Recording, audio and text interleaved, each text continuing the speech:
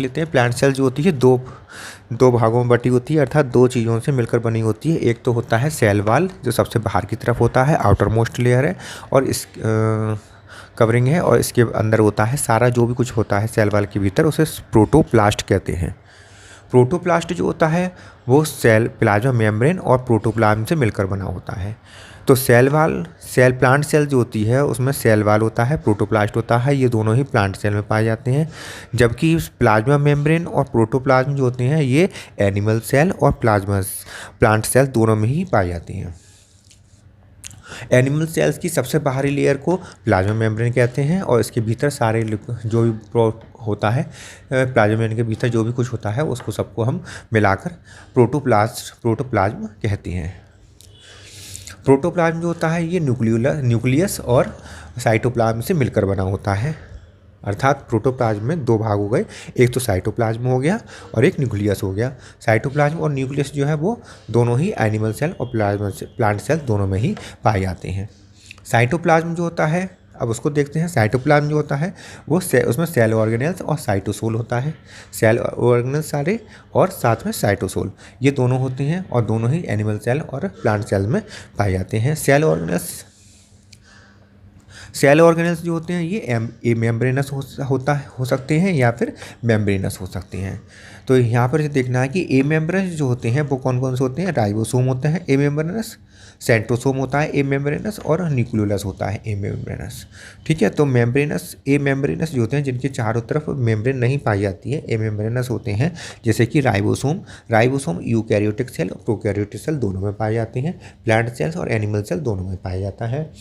Ribosome जो प्रोकैरियोटों में पाया जाता है वो 70S प्रकार का होता है। 30S छोटी यूनिट होती है उसकी और 50S बड़ी सब यूनिट होती है उसकी। 30S सब यूनिट और 50S सब यूनिट से मिलकर बनता है 70S राइबोसोम, जो प्रोकैरियोटिक में पाया जाता है, प्रोकैरियोटिक सेल में पाया जाता है। यूकैरियोटिक सेल में पाया जाने वाला जो राइबोसोम होता है वो 80S प्रकार का राइबोसोम होता है, जो 40S राइबोसोम और 40S और 60S सब यूनिट से मिलकर बना होता है। और जबकि इसमें 70S राइबोसोम भी पाया जाता है यूकैरियोटिक सेल्स में, जो माइटोकॉन्ड्रिया और प्लास्टिड के भीतर होता है। माइटोकॉन्ड्रिया प्लास्टिड को दोनों को हम सेमी ऑटोनॉमस ऑर्गेनेल्स भी कहते हैं, क्योंकि इसके भीतर अपना खुद का DNA भी पाया जाता है और खुद अपने स्वयं विभाजन भी कर सकता है।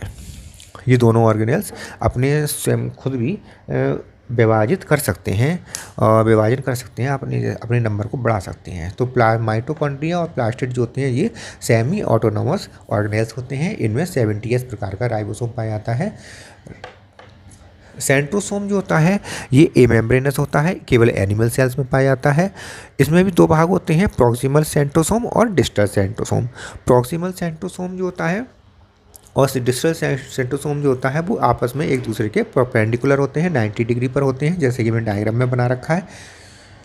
इसके बाद आता है न्यूक्लियोलस, जो कि न्यूक्लियस के भीतर पाया जाता है। इसके चारों तरफ भी मेम्ब्रेन नहीं पाई जाती है। तो इस प्रकार ए मेम्ब्रेनस जो होते हैं वो राइबोसोम हो गया, सेंट्रोसोम हो गया और न्यूक्लियोलस हो गया। अब देख लेते हैं मेम्ब्रेनस सेल ऑर्गेनेल्स के बारे में। मेम्ब्रेनस सेल ऑर्गेनेल्स जो होते हैं वो या तो डबल मेम्ब्रेनस होते हैं या फिर सिंगल मेम्ब्रेनस होते हैं। डबल मेम्ब्रेनस हैं तो वो कौन कौन से हैं? डबल मेम्ब्रेनस में जो आते हैं माइटोकॉन्ड्रिया और प्लास्टिड। माइटोकॉन्ड्रिया जो होता है वो एनिमल सेल्स में और प्लांट सेल्स में दोनों में पाया जाता है, जबकि प्लास्टिड जो है वो केवल प्लांट सेल में ही पाया जाता है। प्लास्टिड जो है वो 3 प्रकार का होता है। प्लांट सेल में 3 प्रकार का होता है। एक तो होता है क्लोरोप्लास्ट, जो कि ग्रीन कलर का होता है। क्लोरोप्लास्ट जो पत्तियों में पाया जाता है, ग्रीन कलर जिससे मिलता है।